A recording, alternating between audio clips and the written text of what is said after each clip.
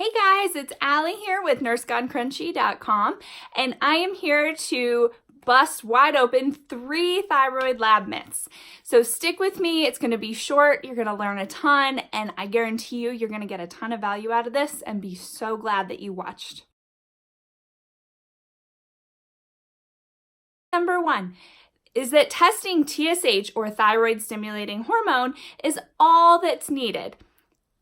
There are a lot of providers that were taught this in their schooling, either medical school, PA school, NP school. The problem is it's absolutely not true. TSH, or thyroid stimulating hormone, is actually secreted by your pituitary gland in your brain, so up here. And it's your brain's way of telling your thyroid, hey, make more thyroid hormone, or if it's putting out less TSH, it's saying, hey, we've got enough, dial it back, we don't need to make so much. So really, in effect, what you're looking at is your brain or pituitary's function when you look at TSH, not the actual thyroid. Now, there are some more savvy practitioners who will do a TSH and a free T4, which is the inactive thyroid hormone that is created by your thyroid and secreted out into your body. But even that is insufficient because the inactive thyroid hormone T4 doesn't actually bind with your cells and drive your metabolism, for example, which is what your thyroid does. So even more savvy practitioners will also test your free T3, which is the active form of thyroid hormone. So free T4 is converted in your liver into free T3, and free T3 will then bind with your cells and tell your cells, hey, let's burn more energy and rev up this person's metabolism, right? So all good things. It also makes you have nice silky hair, beautiful moisturized skin, nice thick nails, things that if you have a thyroid problem, you don't have, all right? And then the most important, or not most important, but another very important lab that you need to test are your thyroid antibodies. So antibodies are talked about when we're thinking about infection. So what happens is your immune system comes across, say, a flu virus or a cold virus and goes, this isn't supposed to be here. And your body actually creates antibodies to kill that virus. So this is how your immune system works in a very simplified nutshell. But what can happen when things go wrong is our body will actually make antibodies against our own tissues, like our thyroid. So when you're testing your thyroid antibodies, it's looking to see if your immune system has become confused and is attacking your thyroid. And over 80% of thyroid problems in the United States are caused by this autoimmune process.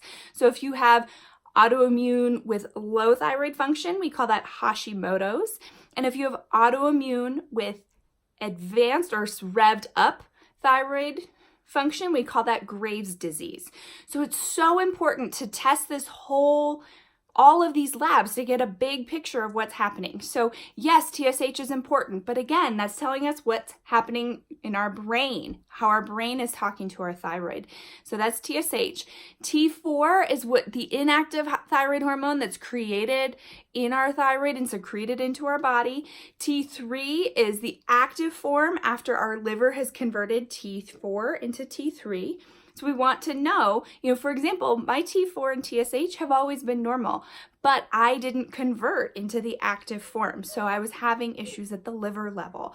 So my T3 levels were low. And then I have Hashimoto's, so low functioning thyroid with an autoimmune component. So my antibodies were crazy high. Important to get a big picture of what's going on.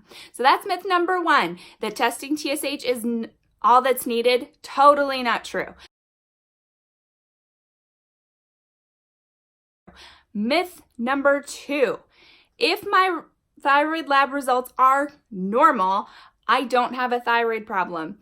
Again, unfortunately, this is not true. And there's a problem in medicine where it takes about 17 years on average for research to actually come into practice. So what research is now showing us is that our normal ranges for thyroid are far too broad.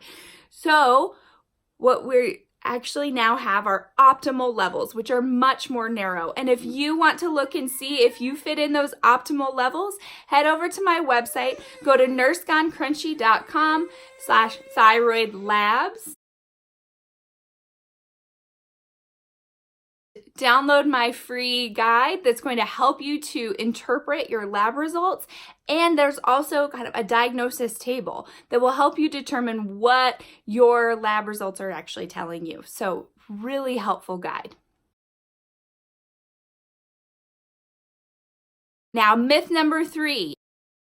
Once my thyroid antibodies are elevated, they will be elevated forever. Thankfully, this is a myth. Personally, after instituting all of the things I talk about on Nurse Gone Crunchy, changing my lifestyle, reducing my toxic burden, all of these things, I was able to take my antibody levels from almost 2,000 down to 0. Now, normal is less than 4. And so I was able to get mine from, again, up near 2,000 down to 0.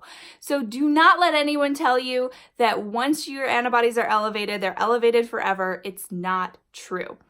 All right, let's recap. So myths we've busted. 1, testing TSH is all that's needed. Not true. 2, if my results are normal, I don't have a thyroid problem. Again, not true. And 3, once my antibodies are elevated, they will be forever. Not true. Head over to my website, nursegonecrunchy.com/thyroid labs. Download that interpretation guide and find out today what's going on with your thyroid. Have a wonderful day, and in health, I'm sending you lots of love and hugs.